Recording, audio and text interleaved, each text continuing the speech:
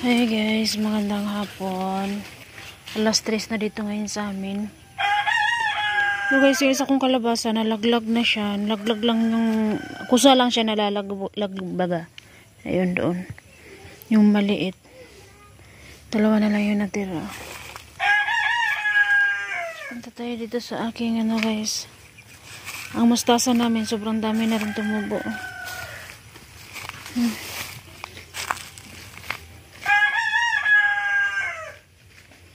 Ang dami na. Kusa lang yan tumubo guys, hindi yan tinanim.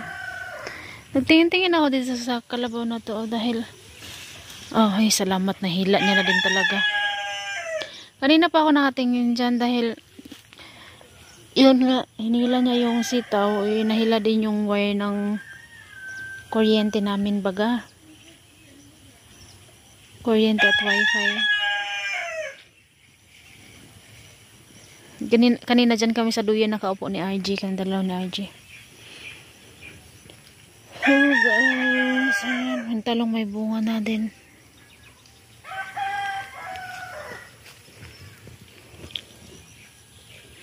Lemon natin ang dami. Okay, share ko lang sa inyo kahapon. Actually hindi lang yung kahapon actually matagal ko na to siyang nararamdaman, mga ilang linggo na. Nararamdaman ko na so, may kakaiba akong nararamdaman pero syempre dahil nanay tayo kailangan natin kumilos, ganun.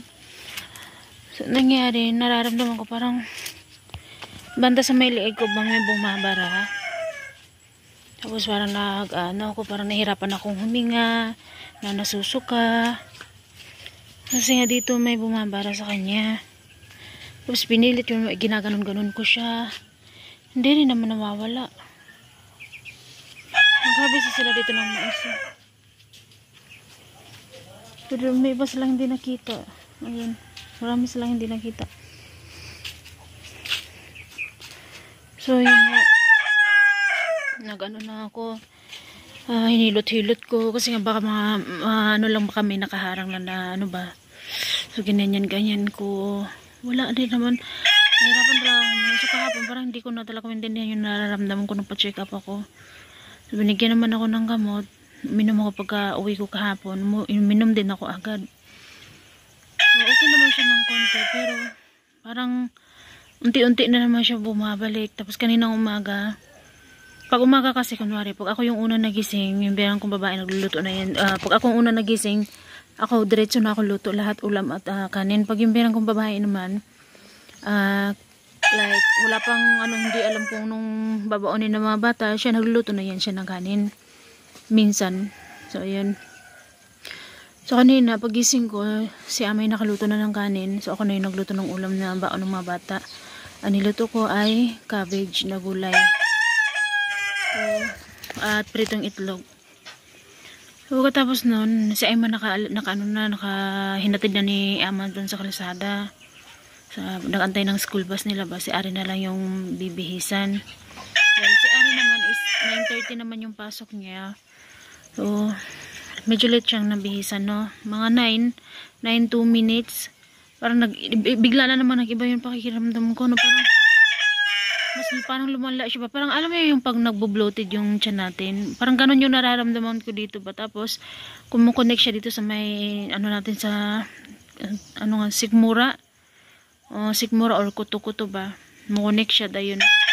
Parang nahirapan na akong huminga. Tapos kahit anong gawin kong style lang, nakaganyan ako sa upuan, ginanyan ko yung ulo ko, parang hindi pa rin. Tapos ginanyan ko yung ulo ko, parang wala, nahirapan talaga akong huminga. Parang alam mo yung gusto na akong, wala naman yung biyanan kong that time. Mga oras na yun kasi hinatid niya si Ayman sa kalsada. Parang ako, galaw lang ako ng galaw, parang ganyan lang ako kung saan banda yung makakahinga ako ng maluwa, ganun.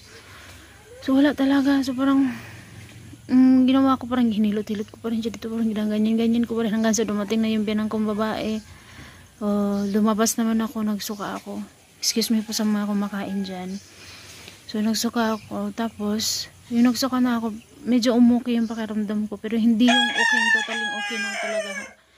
Ako ng haplas ako, buti na lang may haplas pa ako natira galing sa Pilipinas, yung ipikasin pa. So, naka-plus ako. Naplasan ko yung buong tiyan ko. Tapos yung sikmura ko, kasali na rin yung dito. So, sabay naghaplas ako dito, ganyan ko, hinipo-hipo ko para naman mas ano siya ba. Pasensya na kayo sa manok na maingay. So yun, napagpahinga ako. Pagising ko kanina medyo okay na at kumain ako. Kakatapos ko lang din kumain ng kanin, konti lang din yung kinain ko. So ngayon parang umano na naman ulit, parang alam niyo yung parang nagpa-bloated na manasasat siya, tapos sikmura, tapos yung sa baga ba, yun yung nararamdaman ko dahil grabe ko, hindi ko alam anong nangyayari sa akin. Matagal ko na rin kasi ito nararamdaman, mga ilang linggo na, pero dinadala-dala ko lang, diba?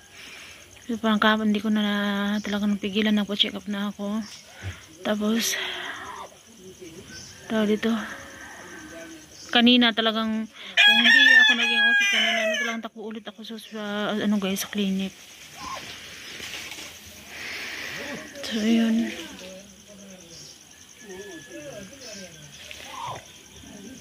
hindi naman ako, tinanong ako ng doktor kahapon kung may ubo ba ako or may lagnat ba ako. Wala naman ako yung nararamdaman, dok.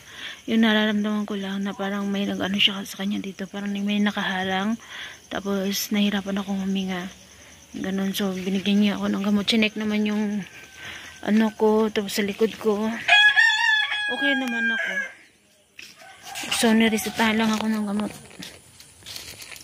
Dito kahapon, yung ginawa namin kahapon ng biyanan kong babae, ayan.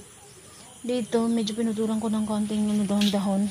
Isasama ko sana yun dyan na side. So baka masaway tayo dyan. Baka mapagalitan tayo doon ba. Kaya di ko na sinali. So ayan. Dito din. Dito rin kahapon naglinis na ako. Kamuntikan ko pa yung maputol ng puno na tinanim nila. Kung dito medyo okay na talaga. Malinis na. Hanggang doon, naglinis ako doon sa may ilalim, pumasok ako dito ganun. Tapos tignan nyo yung tinanim ko na halaman guys, yung green, buhay na siya.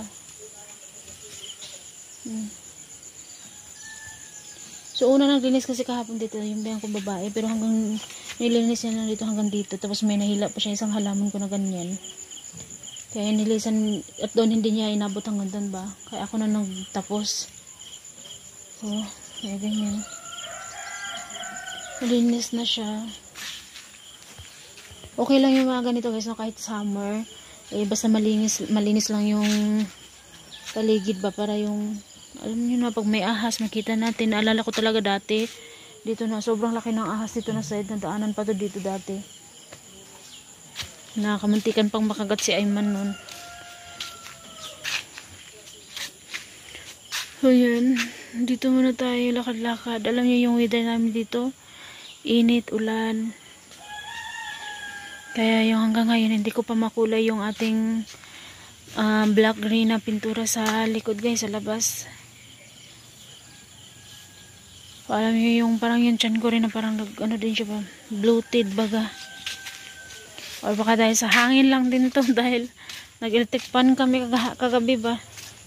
Ay wow, kahit na pinutro ko itong halaman na to, nilipat ko dito, bumuka pa rin yung bulaklak niya. Gumamela ba tawag nito guys? Ayan, tapos yung halaman din natin dito, ang ganda-ganda na din. So ayun guys, yun dito na parang may nakaharang na something. At alam nyo ba, dahil actually guys, ako talagang ano ba, tawag dito kung sa Bisaya pa, dili jud ko mahimutang sa ako ang liog dari dapita kay tung sa Pilipinas pa kanila lang Bisaya. Nung nasa Pinas pa kasi ako, parang napapansin ko siya dito na malaki dito na side. So ganyan ba, pag tinitingnan ko siya ng ganyan, parang malaki siya dito na side. Pero sabi naman sa akin ng mga ate ko, ganun, minsan sinasabi nila hindi, dahil sa ano lang siguro sa chubby ka, kaya dito yung dito mo mataba. So hindi, kasi pag ako yung tumitingin, parang bloated, ay parang ano parang kakaiba talaga siya ng yung malaki talaga dito na side. Pero pag kinakapa mo siya guys, wala naman siyang bukol or ano, gano'n lang yun siya, parang basta parang may ano lang talaga siya, may malaki dito na side dito. Pero wala naman guys, yun o.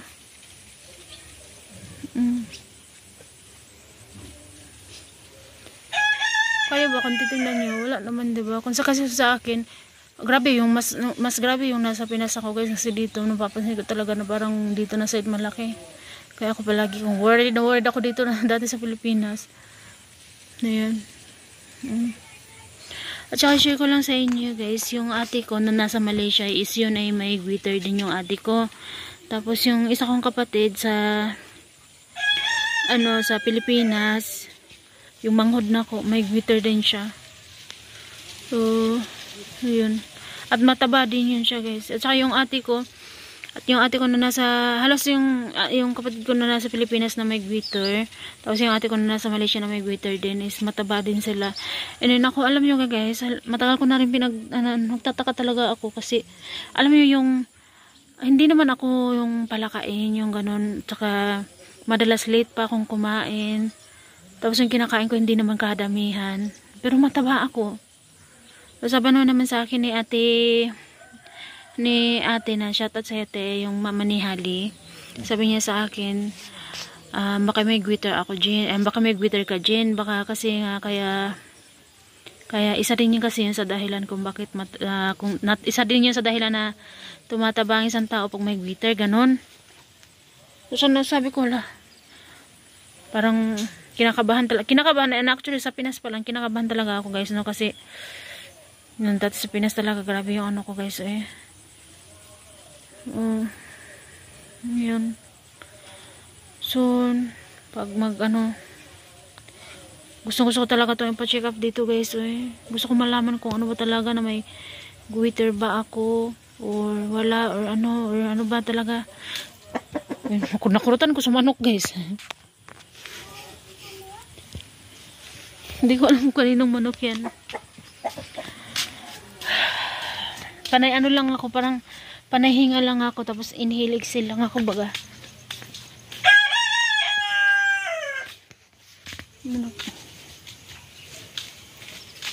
Parang ganun lang ako ba. So, ganun, ganina pa ako ganun yan guys. Pag mahirapan ako mga ganun lang ako. Tapos madalas pa sumasakit pa yung ulo ko. Hindi naman yung as in sakit na talaga na hindi ko na kaya yung sakit. Nagano ako guys, nagtawag dito umiinom ako ng gamot, paracetamol. Pero pag kaya ko naman yung sakit, hinahayaan ko na lamang na mawala yung sakit niya ba.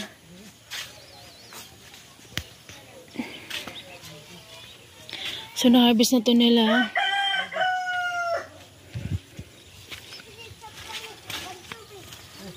जानो कमा ना जाने अब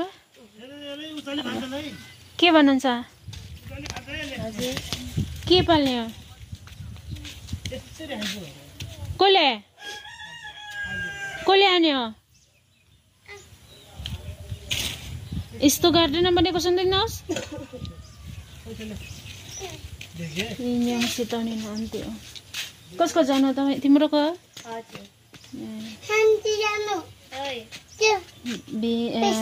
bal mais sitaw kabatam kutsata ito naman yung ginawaan ko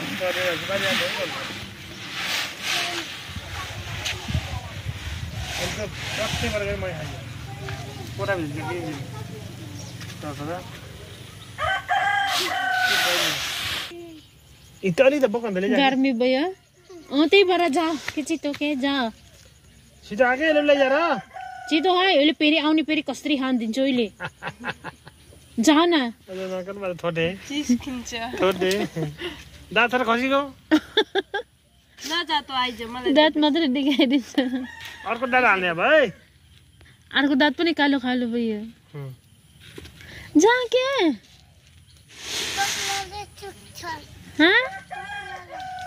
बाख्रा पाले छ त्यो बाख्रालाई के गर्दैन के जाऊ के गर्न के केही गर्न के जा पैसा ले बरु बनाउँछु ले त्यही भएर जाऊ के कति सिटी जाऊ अनि फेरि आउने जाऊ अब पारी का आउँछ जल्ला